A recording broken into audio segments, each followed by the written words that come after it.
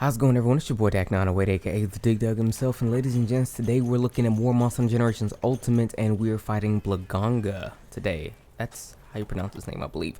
Blangonga. Okay, so anyway, today we're gonna be fighting him. He's probably the most annoying monster you'll fight for a good while. I personally find him really annoying to fight. He's almost like Rajang. Actually, he's a lot like Rajang. He's like Ice Rajang, just a little bit lesser in certain areas, but a little more in others. I mean, it's a little weird, but regardless, he's a very interesting monster to fight. He isn't too tough. Just you have to really watch out for what it takes to actually beat his head in. But before we really get into those little qualms and whatnot, so let's talk about the gear that I'm using. Now, the gear I'm using is actually very reminiscent of the gear I was using before in my Raytheon video, where I was using a Volvodon Bull Drum Jaggy kind of mixed thing. It's the same exact thing. It's just that on this little video clip, it shows me using the Grey Sword, which I'm actually using the Raytheon Charge Blade. It has the same amount of attack, so put the attack up small, it makes it go back to 100. I mean, I could have fixed it proper, but I mean, I guess it is what it is. It's the same exact set. I just switched the weapon. So you have that there. But yeah, when it comes to fighting him, so let's talk about what he can do. Firstly, he has the ability to. He's kind of like another pack monster, where in which he has a couple of homies floating around everywhere, just getting on your nerves. So he kind of has that kind of going for him. He doesn't necessarily call them the same way that Greats and drones really call their friends, but his abilities extend to this. He has the ability to dig. Granted, his digging ability isn't as good as other, well, monsters, I almost said Pokemon.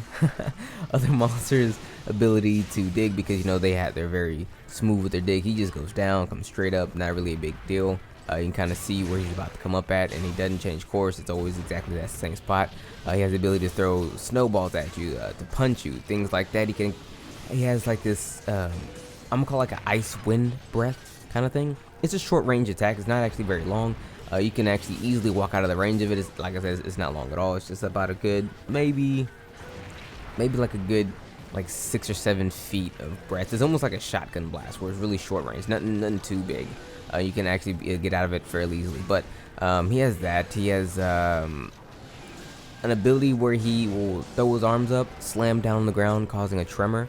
The hitbox for this particular attack is really weird, because it doesn't actually, like, you think it would hit in front. It hits in front, and you think it would only hit in front, but it actually hits in all directions. The actual hitbox on the actual hit itself is the same way. The tremor and the hitbox is, for the most part, not the same exact, but the distance around the body, it can actually hit you from what I've been hit by. You can be hit by this attack in all 360 degrees of directions. I've been hit from behind and was thoroughly upset because I need to grind out for one of his gun lances later. But his abilities aren't very wild. It's just that the ferocity of his attacks. He can actually turn up a little bit and get on a lot of people's nerves. That's where a lot of people tend to find the most frustration when fighting him, because once he gets angry, he's doing all of this. He'll jump over here, he'll jump over there. It's his movements, his sporadic movements, and his ability to leap and everything. That's really gets on people's nerves, because it seems to be unrelenting,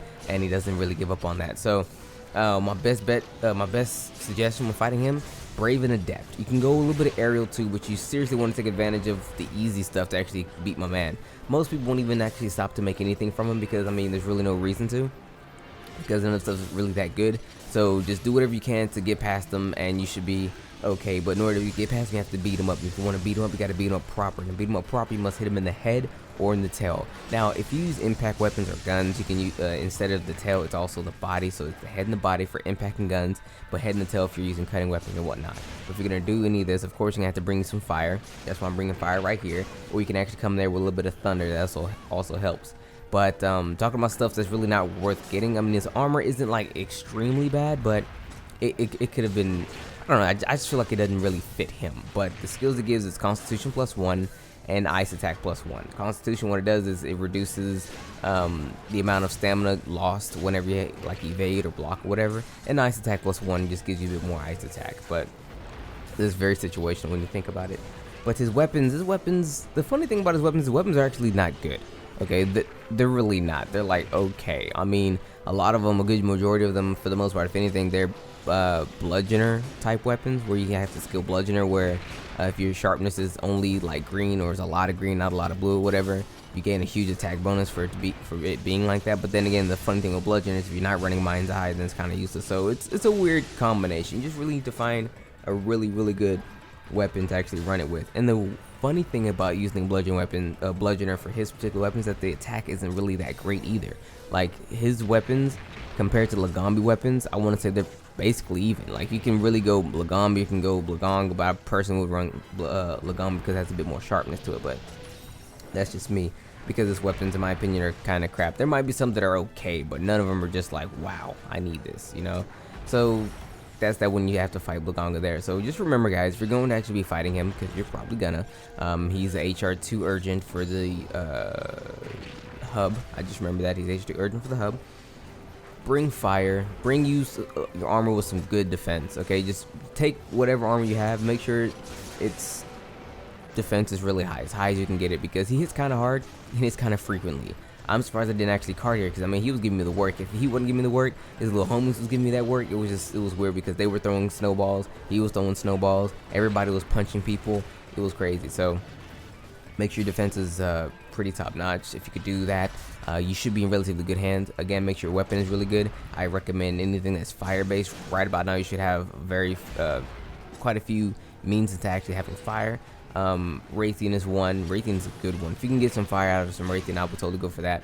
You have Kutku, but I still think that Raytheon will be a little bit better. Pretty soon we'll have like Rakhalos, and then all your fire weapons will be handed by basically him and anything roughly around that area, or Glavinus or whatever his name actually is. But we're gonna get to those guys pretty soon. I've been knocking these videos out a little bit slower. It's because I picked up 2 jobs, because you know, brother got to get paid. So what I'm gonna be trying to do is do 1 video before I go to work, and then just upload that. So yeah, that's my new schedule. 1 video before work, maybe 1 after work, maybe like 2 videos a day if I can really push myself for it. Who knows? But that's why the frequency hasn't been up that high. But whatever it is, what it is, you know what I mean. But thank you guys so much for watching. It's been your boy Dak908, aka the Dig Dug himself. I apologize for the videos not coming out.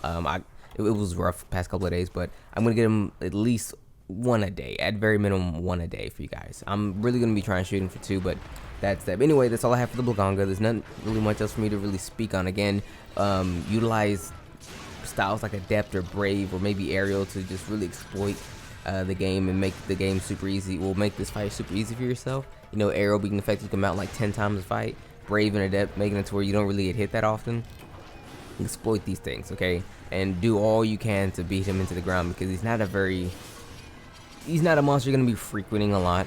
You just want to get it over with, so just do whatever you can to get it over with. But with that being said, it's been your boy. Y'all take care, have a wonderful day. I'm gonna talk to y'all tomorrow. Peace.